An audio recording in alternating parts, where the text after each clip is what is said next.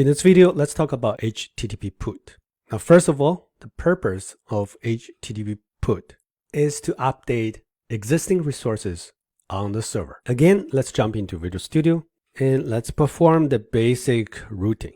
In the past, we have the basic routing to tell what type of method is being used and then which location is being hit, right? So same here, we have our post and the location. And for HTTP put, we're going to use the same thing. Let's copy and paste it over here. And we're going to say put here. Right? So if the method is put and if the location is employees, then we need to update existing employee. So here, we're going to do the same thing, right? Because for HTTP put, things will be posted back. Right? Since information about the existing employee will have to come from the client, and that is in the HTTP body. Therefore, here we need to get the body out from the request object within the context object, and then we use the reader, read the body, use the serializer to deserialize the body into the employee object, and then here instead of calling add employee, we will need to call the update employee, although we don't have the method yet. We don't have the update method for the employee yet, but we can write it first. Now let's scroll down over here and let's add the method. So here, public static. And then for this one, I'm going to use a Boolean and I'm going to say update employee, and I need to pass in the employee information here. So again here, I'm going to say if employee is not null, then I'm going to do something. First of all, I'm going to test whether this existing employee actually exists or not. Okay. So I can do something like var employee or employee like this equals employees, which is the in-memory data store.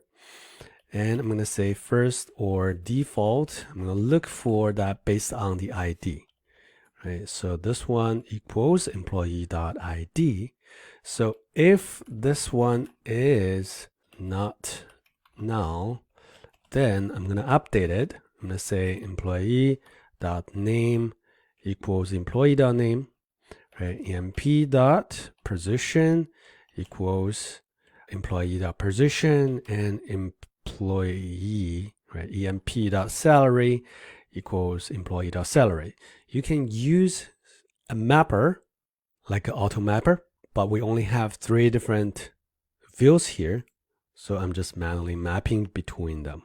Now here I'm going to just return true. And if we don't have an employee that corresponds to this, or if the employee is null, then it's going to fall over here and we're going to return false. Okay. Now we can scroll up here, and then when we update it, we're going to get a result. And after that, we're going to test the result. If it's a true, then we can say context.response.write async, and we can say employee, maybe say updated successfully, and we add a wait keyword here. Otherwise, we can say something like employee not found. And later when we talk about status code, we're going to distinguish between these different status. Right now, we're not touching status yet, right? Everything, even when we have this problem, we are going to return success status, which is HTTP 200. Like I said, we're going to talk about that status code. That belongs to the HTTP response. All right, let's give it a test with Postman. First of all, let's run the application. Okay, the application builds well, and the default homepage is showing all of this information. Let's go to Postman here, and let's add another request here. So click this, add request, and here, this is the new request. And we're gonna say update employee, and over here, we can choose the proper method here, which is put. And let's go one of the previous one, and let's copy the location. It's the same location, right? Just different methods. Okay, let's go to body. Now, before we go to body, let's go to add employee and let's copy an existing one, right? And let's go over here, date, and go to body, go to raw, and the default is JSON. And that's what we are going to use. So let's paste this over here. Before we actually tested through the put method, let's go to employees and click on send. So let's get existing employee, which is just 1, 2, and 3, right? Those are 1, 2, 3.